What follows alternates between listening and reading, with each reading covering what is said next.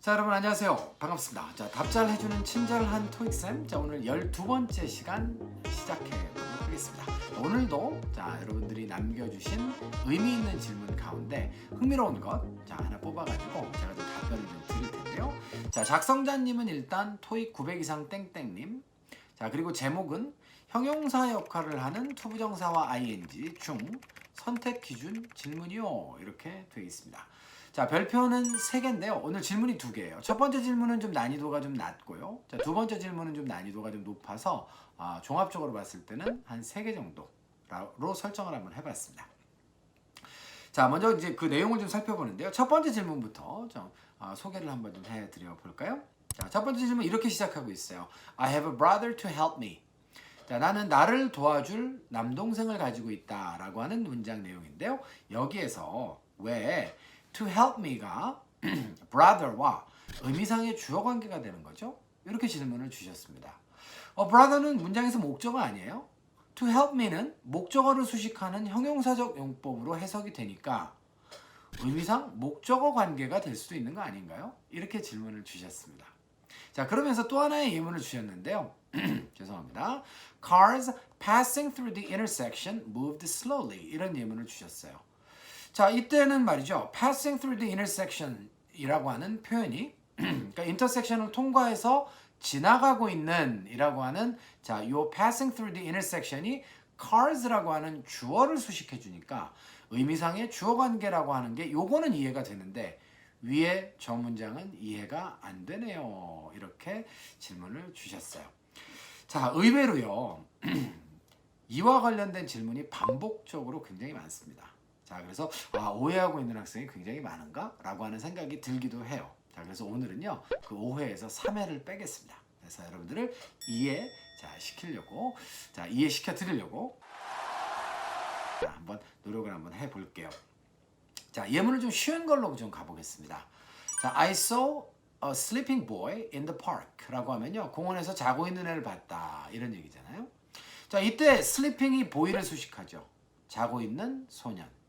그런데요, 이 학생의 주장대로라면 자, 보이가 목적어잖아요, 문장에서. 그러면 슬리핑도 또 슬리핑과 보이의 관계는 의미상의 목적어 관계겠네요. 자, 이건 말이 안 되는 거죠. 네, 그래서 자, 슬리핑이 목적어인 명사 보이를 수식한다라고 하는 건 정확한 표현이에요. 하지만 둘 간의 의미상의 관계가 목적어는 아닙니다. 그러니까 문자 그대로 여러분들이 생각해 보시면 돼요. 의미상으로 무슨 관계냐?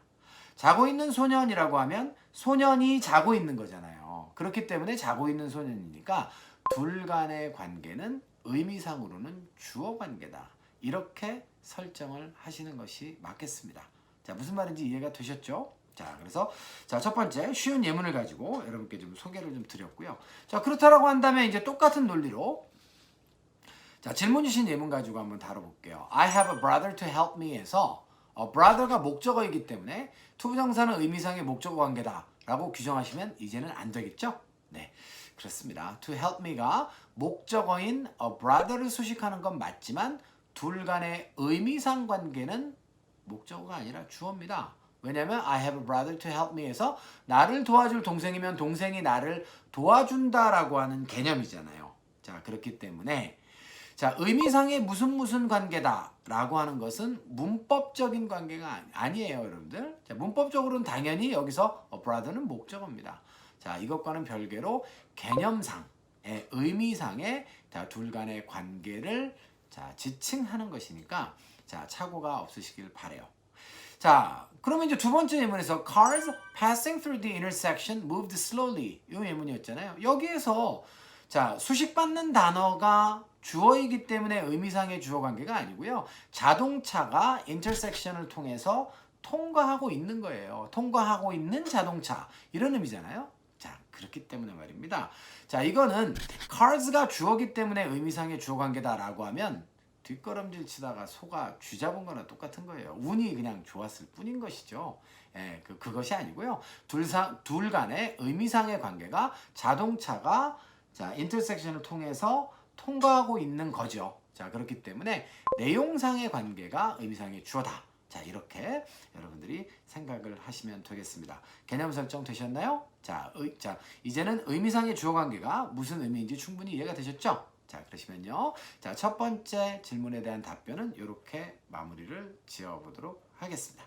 이해되셨죠? 자, 그러면 두 번째 질문으로 한번 좀 넘어가 볼게요. 이 두 번째 질문이 첫 번째 질문과 연관 관계가 좀 있습니다.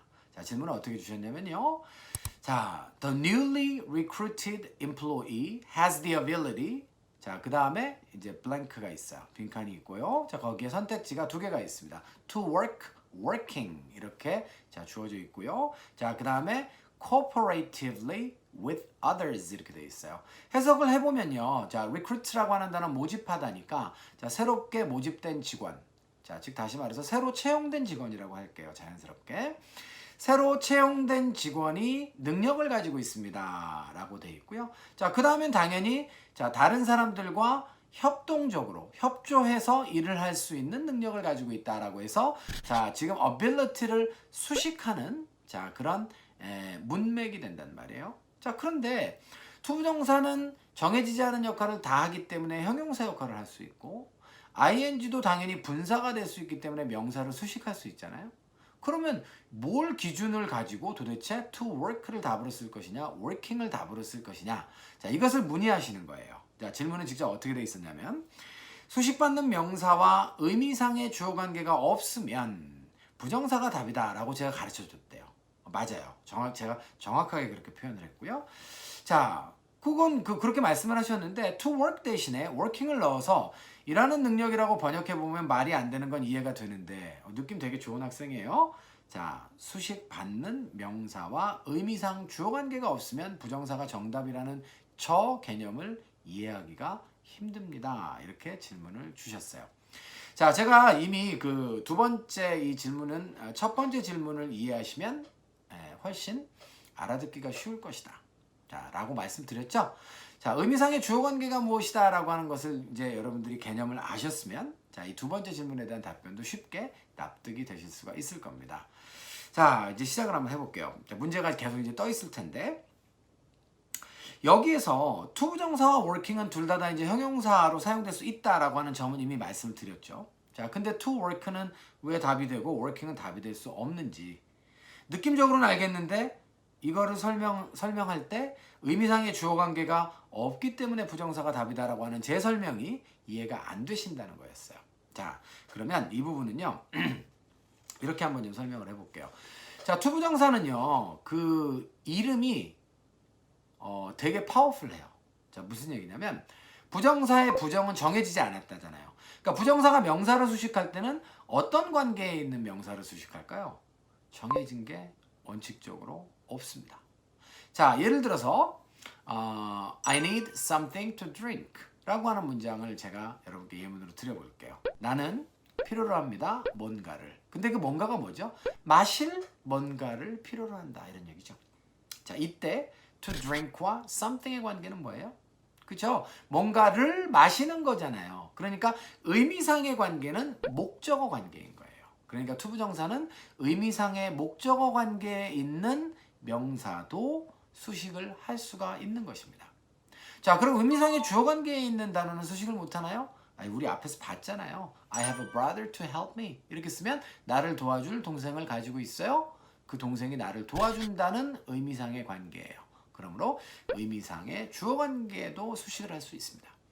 자, 결론적으로 말씀드려서 이 외에도 좀 더 다양한 이제 관계들이 있습니다만 이 정도면 투부정사가 수식할 수 있는 명사의 성격은 부정, 정해지지 않았다라고 정의할 수 있을 것 같아요.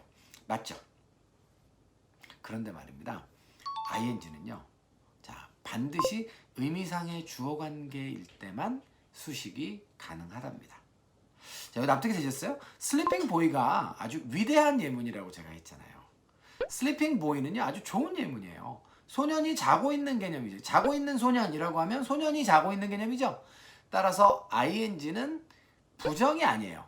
정해지지 않은 대상을 마음대로 수식하는 게 아니라 의미상의 주어 관계에 있는 단어가 어떤 행동을 하고 있는 중일 때만 수식이 가능하다는 제한사항이 있습니다. 자, 그렇다라고 한다면 자, 이 문제의 정답이 왜 to work가 되는지 이해가 되셨어요? 앞에 수식받는 그 the ability가요. 어떤 능력이에요? 다른 사람들과 협동해서 일할 수 있는 능력이거든요. 자, 그럼 능력이 일합니까? 말이 안 되죠? 이것은 의미상의 주어관계가 성립되지 않아요. 따라서 의미상의 주어관계가 없으면 1차적으로 ing는 답이 될 수 없어요, 여러분들. 자, 근데 부정사는 어떻죠? 무슨 관계이든지 간에 그냥 수식적 의미만 성립되면 모두 다 수식할 수 있어요. 자, 그래서 이럴 때는 여러분들이 자, 투부정사를 정답으로 쓰셔야 됩니다. 아시겠죠? ing와 투부정사가 똑같이 형용사적인 용법 자리에서 출제가 됐을 때는 의미상의 주어관계가 있는지를 따져보고 의미상의 주어관계가 없으면 정해지지 않는 모든 대상을 다 수식할 수 있는 투부정사를 정답으로 고른다. 자, 그러면 이제 족보 드려야겠죠? 이런 것들이 좀 출제가 좀 되나요? 되죠. 자, 보시면요. 자, time to 부정사입니다. 뭐뭐 할 시간이야 라고 얘기할 때 시간이 뭐뭐 하는 게 아니거든요. 또 right to 부정사죠. 뭐뭐 할 권리라고 하면 권리가 뭐뭐 하는 게 아니에요. 자, 그 다음에 또 뭐가 있을까요? chance 혹은 opportunity to 부정사입니다. ing는 안 돼요. 그래서 자, 그 기회가 뭐뭐 하는 게 아니거든요. 뭐뭐 할 기회라고 했을 때 또 way도 가능해요. a way to 부정사가 되겠습니다. 자, 뭐뭐 하는 방법이라고 했을 때 방법이 뭐뭐 하고 있는 건 아니거든요. 이런 자리에서는 ing를 오답으로 치우고 여러분들이 투부정사를 정답으로 고르셔야 된다. 자, 라고 하는 점 강조드려 보겠습니다. 족보까지 여러분께 정리를 다 해드렸어요. 자, 여기까지 해서 두 번째 질문도 자, 정리 마무리하도록 하고요. 자, 오늘은 형용사적 해석 자리에서 자, 투부정사와 ing가 동시에 선택지로 주어졌을 때 어떤 기준을 가지고 자, 정답을 선택하고 오답을 소거할 것인지 여러분께 자, 설명을 드렸습니다.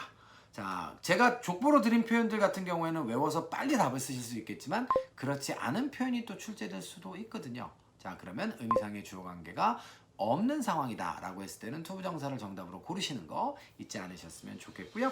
자, 이렇게 정리를 자, 해두시면 자, 마무리가 잘 될 수 있겠습니다. 자, 여러분들의 토익 점수 900개가 되는 날까지 열심히 한번 해볼게요. 오늘 여기서 마무리 짓고요. 저는 다음 시간에 좀 더 유익하고 의미 있고 흥미로운 질문을 가지고 다시 찾아뵙도록 하겠습니다. 여러분들 안녕!